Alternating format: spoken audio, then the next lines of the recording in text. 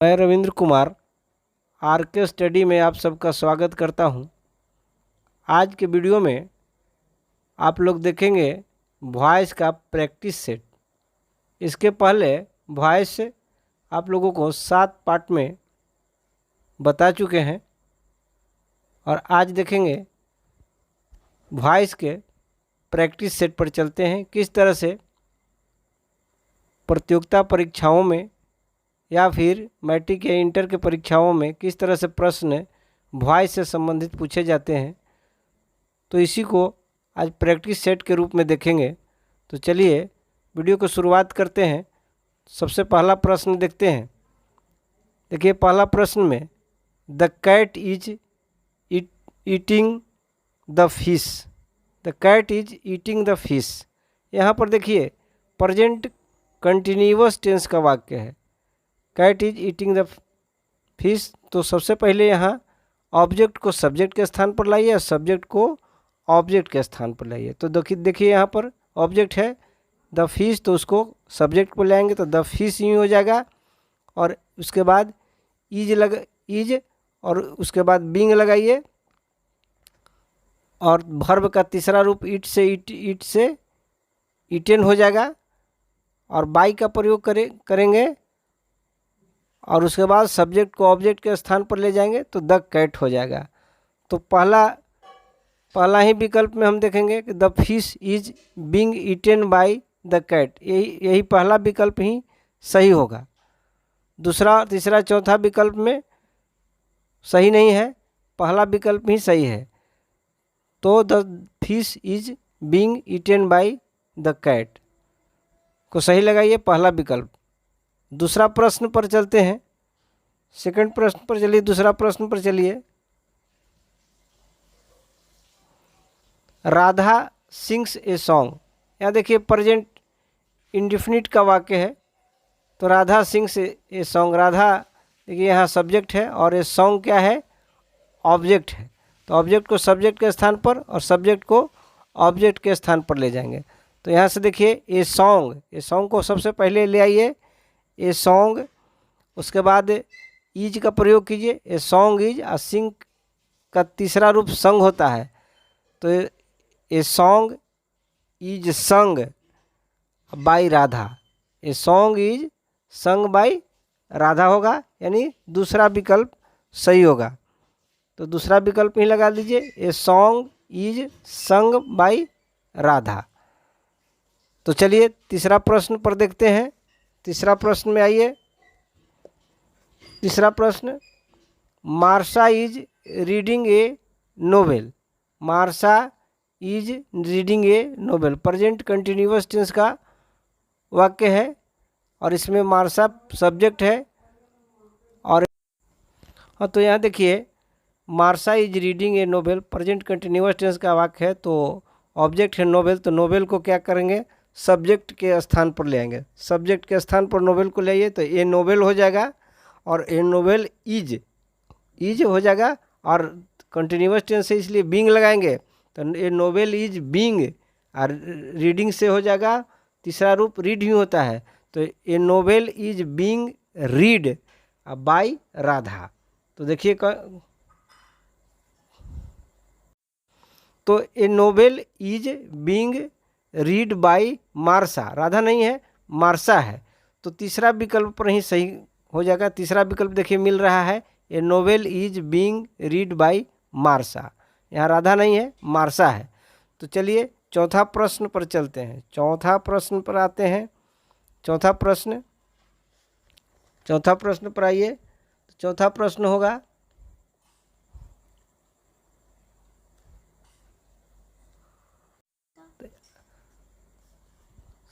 Santa Claus brought many gift last year. तो अब देखिए सांता क्लॉज है, Santa Claus brought many gift last year.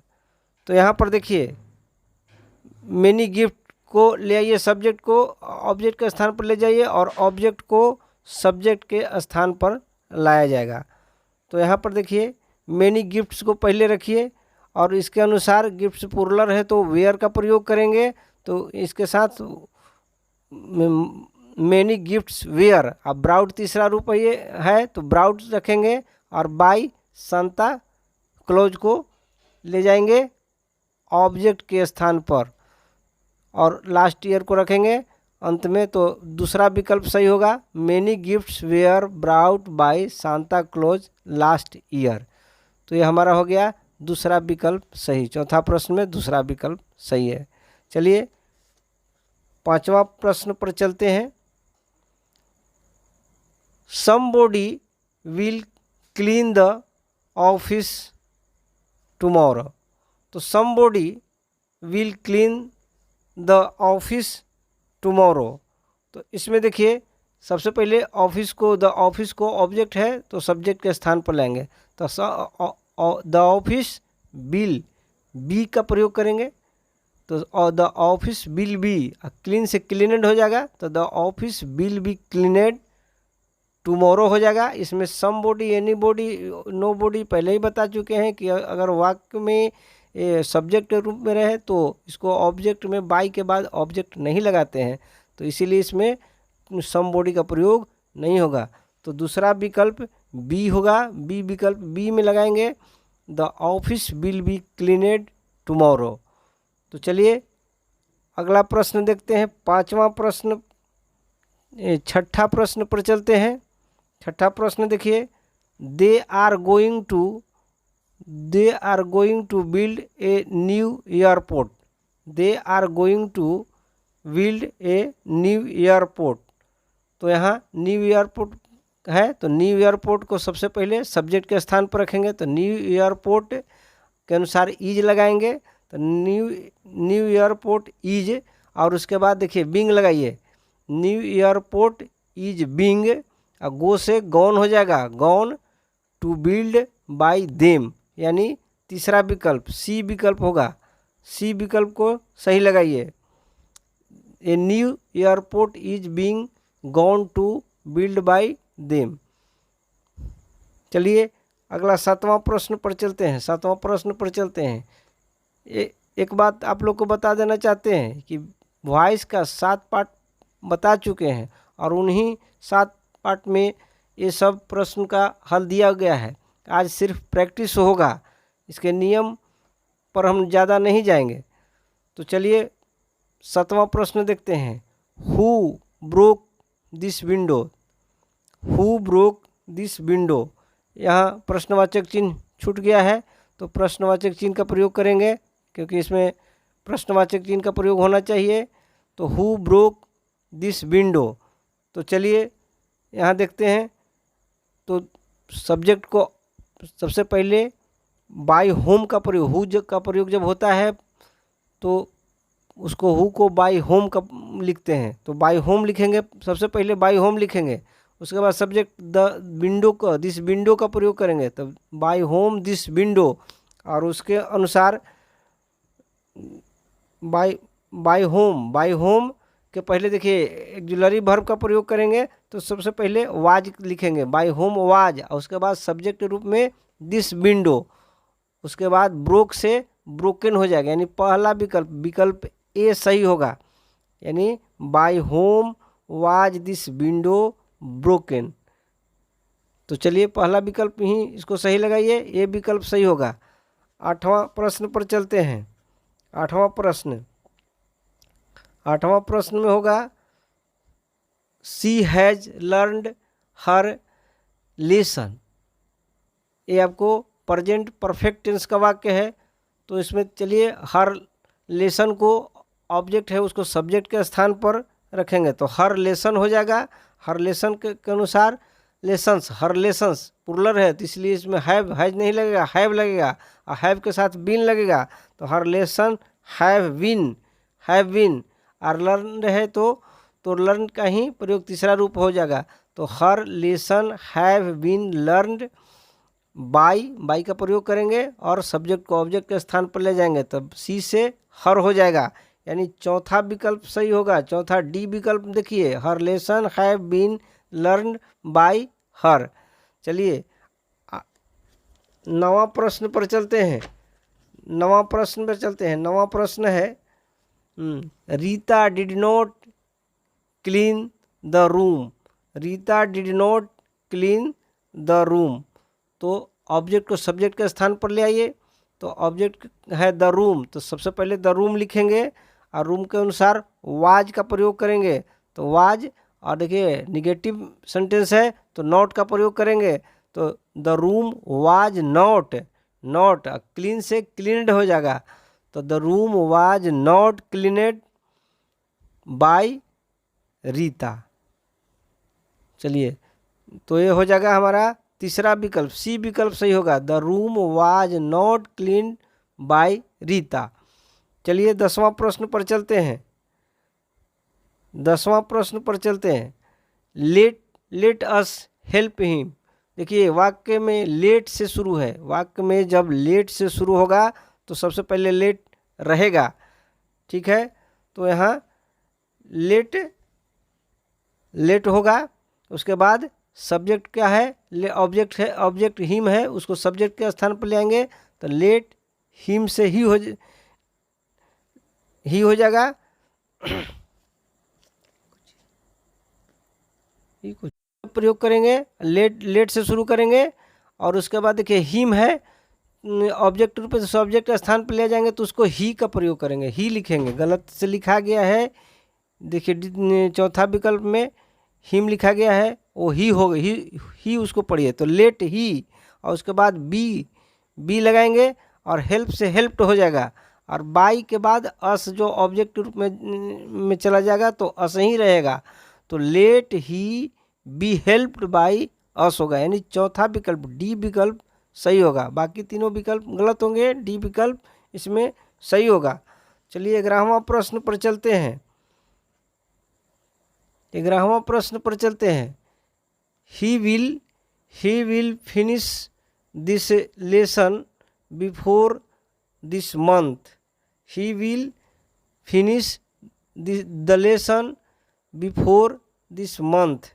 तो इसमें हम द लेसन को पहले ले आएंगे, ऑब्जेक्ट को सब्जेक्ट के स्थान पर ले जाएंगे।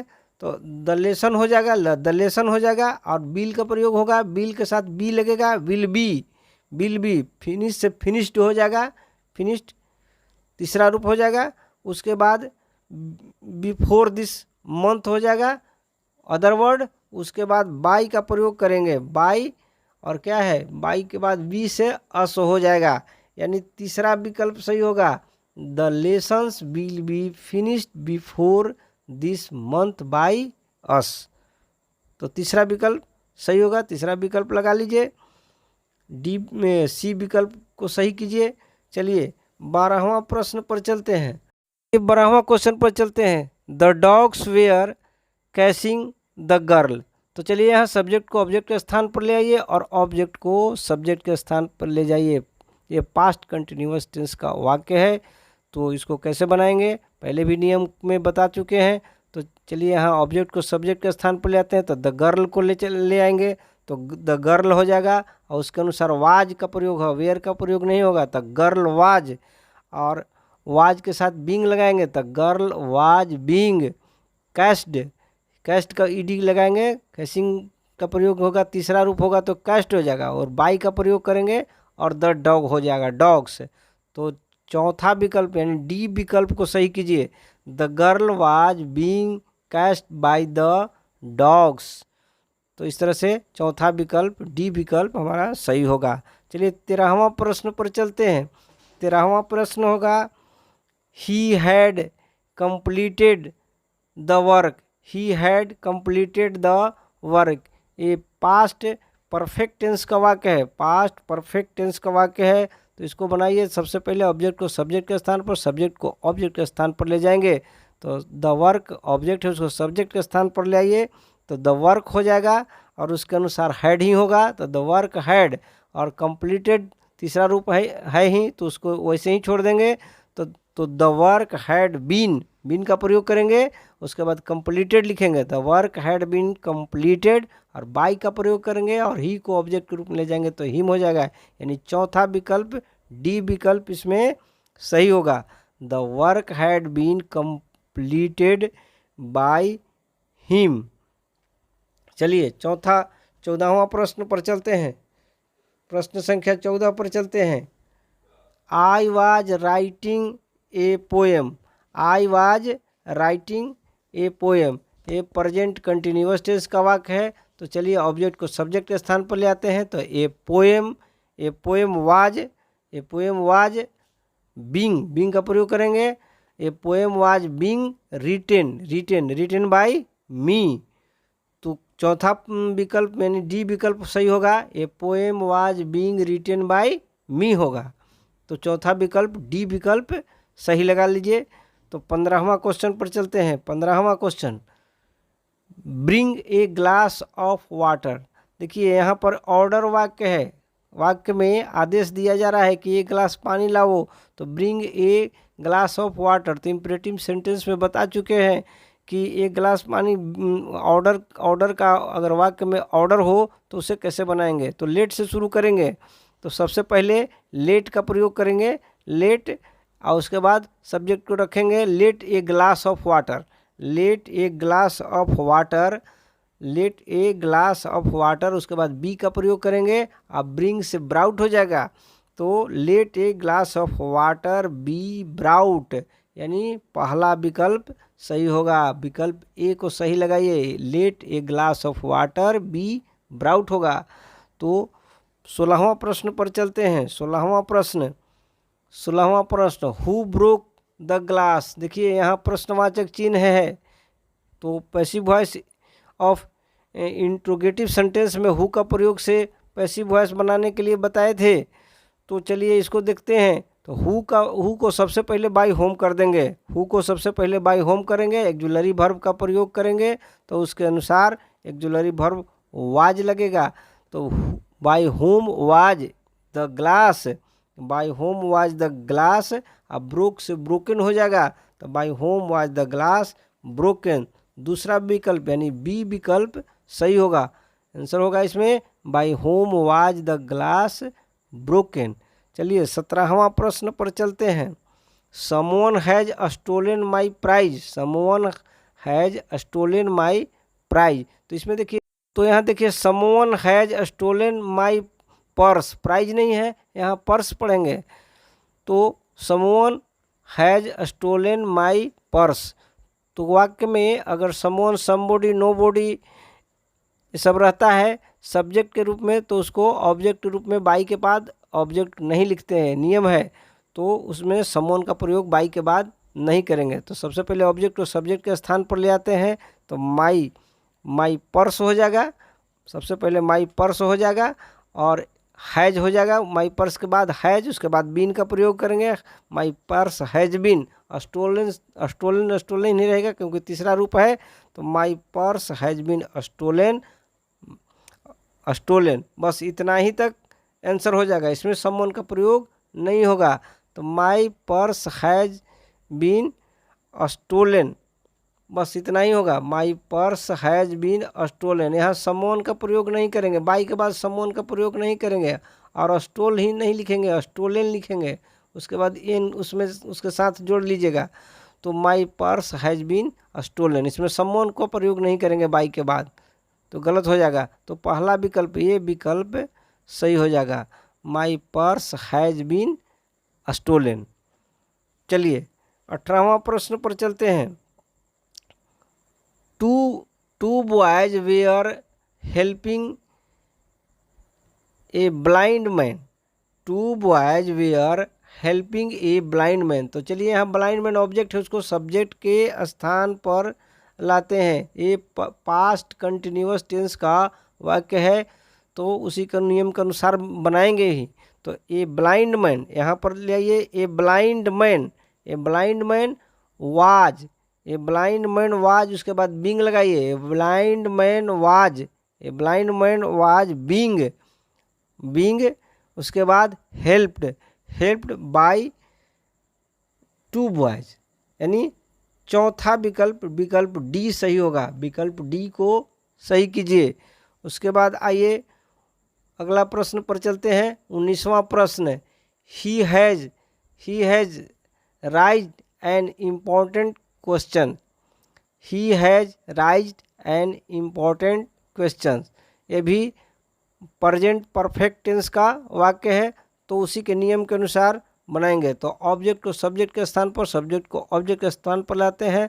तो एड इम्पॉर्टेंट क्वेश्चन को पहले सबसे पहले रखेंगे। An important question has been लगाएंगे।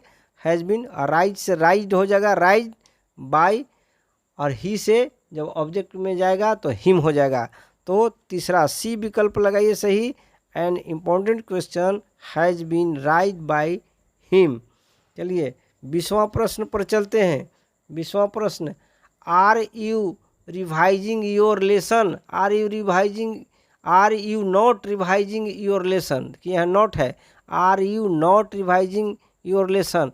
देखिए प्रश्नवाचक चिन्ह है, पहले ही बताए हैं कि passive voice of interrogative sentence में इस नियम को बताए हैं। तो सबसे पहले इसमें आर का प्रयोग करेंगे। तो यहाँ देखिए आर, उसके बाद ऑब्जेक्ट को सब्जेक्ट के स्थान पर लाइए, आर योर लेसन्स। देखिए यहाँ ऑक्सिलरी वर्ब को रखेंगे, are your lesson, are your lessons. Not का भी प्रयोग करेंगे, आर योर लेसन नॉट, चूँकि कंटिन्यूअस टेंस का वाक्य है, इसमें continuous present continuous tense of interrogative sentence है। तो रिवाइजिंग के साथ रिवाइज कर देंगे, बाय लगाएंगे, उसके बाद यू का ऑब्जेक्ट में जाएगा तो यू ही होगा। तो दूसरा विकल्प बी विकल्प को सही लगाइए, are you lessons not being revised by you. तो बी विकल्प को सही कीजिए। 21वां प्रश्न पर चलते हैं। 21वां प्रश्न, one must keep once promise, one must keep once promise. तो यहाँ पर देखिए one must keep once promise, तो ऑब्जेक्ट को सब्जेक्ट के स्थान पर, सब्जेक्ट को ऑब्जेक्ट के स्थान पर ले आइए। तो वंस प्रॉमिस को सबसे पहले लिखेंगे, वंस प्रॉमिस, और मस्ट के बाद मस्ट के देखिए वाक्य में अगर मस्ट हो तो उसके साथ बी लगा देंगे, तो must be, once promise must be, keep से केप्ट हो जाएगा। तो once promise must be kept, यानी दूसरा विकल्प बी विकल्प को सही कीजिए, once promise must be kept. चलिए अगला क्वेश्चन 22वां प्रश्न पर चलते हैं। 22वां प्रश्न, they have cut all the telephone wires, they have cut. देखिए ये प्रेजेंट परफेक्ट टेंस का वाक्य है तो उसी के नियम के अनुसार बनाएंगे। तो सबसे पहले सब्जेक्ट को ऑब्जेक्ट, ऑब्जेक्ट को सब्जेक्ट के स्थान पर ले आएंगे। तो ऑल द टेलीफोन वायर्स को पहले लाइए, ऑल द टेलीफोन वायर्स, इसके अनुसार ये प्लुरल है, इसके अनुसार हैव लगेगा। तो all the telephone wires have been, have के साथ बीन लगेगा पैसिव में बनाते समय। तो all the telephones wires have been. Cut तीसरा रूप होता ही कट ही होता है, तो कट रखेंगे, कट। अब by them, cut by them. तो ये तीसरा विकल्प सही कीजिए, सी विकल्प, all the telephones wire have been cut by them होगा। तो चलिए 23वां प्रश्न पर चलते हैं। 23वां प्रश्न को देखते हैं। आई शैल राइट ए लेटर, ये देखिए फ्यूचर इंडेफिनिट टेंस का वाक्य है तो उसी नियम के अनुसार ही बनाएंगे। और पहले ही हम वॉइस का वीडियो में आपको 8 प्रकार के जो वॉइस का जो टेंस होता है जिसका वॉइस बनाया जाता है वो पहले ही बता चुके हैं। तो उसी में से देखिए ये फ्यूचर इंडेफिनिट टेंस का वाक्य है, आई शैल राइट ए लेटर। तो लेटर को, ए लेटर ऑब्जेक्ट है उसको सब्जेक्ट के स्थान पर ले आइए। तो ए लेटर, इसके अनुसार विल लगेगा, a letter will, a letter will be, a letter will be लगाइए, a letter will be, write से रिटन हो जाएगा, a letter will be written. अब बाय, आई जब जाएगा ऑब्जेक्ट रूप में तो मी हो जाएगा। तो a letter will be written by me, यानी बी विकल्प को सही लगाइए, बी दूसरा विकल्प सही हो जाएगा। 24वां प्रश्न पर चलते हैं। 24वां प्रश्न देख लेते हैं। They have spotted me in the crowd. तो ये भी है प्रेजेंट परफेक्ट टेंस का वाक्य है तो उसी के नियम के अनुसार इसे भी बनाएंगे। तो यहाँ देखिए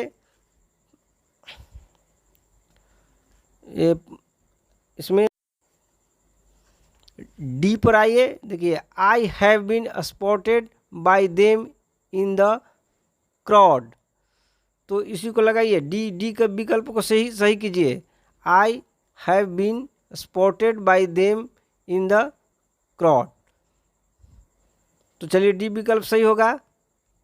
चलिए अब 25वां प्रश्न पर चलते हैं, और ये प्रैक्टिस सेट का ये लास्ट प्रश्न है। 25 प्रश्नों का एक सेट है, ये हमारा प्रैक्टिस सेट है। 25 प्रश्नों का एक सेट है, ये अब लास्ट है। तो चलिए 25वां जो लास्ट प्रश्न पर हम चलते हैं। Who has cooked the meal, who has cooked the meal. तो चलिए इसके अनुसार देखिए वाक्य में हु कुक्ड द मील। तो चलिए हु है तो सबसे पहले उसको बाय होम करिए, पैसिव वॉइस ऑफ आपको इंट्रोगेटिव सेंटेंस में है, तो हु को बाय होम करेंगे। तो सबसे पहले बाय होम कर दीजिए, एक्जुलरी वर्ब के रूप में हैज का प्रयोग कीजिए। तो बाय होम हैज, और ऑब्जेक्ट है हमारा मील, तो मील को सबसे पहले रखेंगे, तो सब्जेक्ट के रूप में इसको रखेंगे। तो by whom has meal, been का प्रयोग करेंगे। By whom has, by whom has, हाँ चलिए यहाँ हो जाए by whom has the meal been cooked, been cooked. तो बी विकल्प को सही कीजिए, by whom has the meal been cooked. तो ये हमारा 25 क्वेश्चन है, जिसका आंसर के साथ अभी आप लोग प्रैक्टिस किए। तो हमारा ये वीडियो जो है वॉइस का प्रैक्टिस सेट, जिसमें 25 क्वेश्चन और उसका आंसर देख रहे थे। तो चलिए वीडियो को हम यहीं पर समाप्त करते हैं। वीडियो देखने के लिए आप सबको बहुत बहुत धन्यवाद।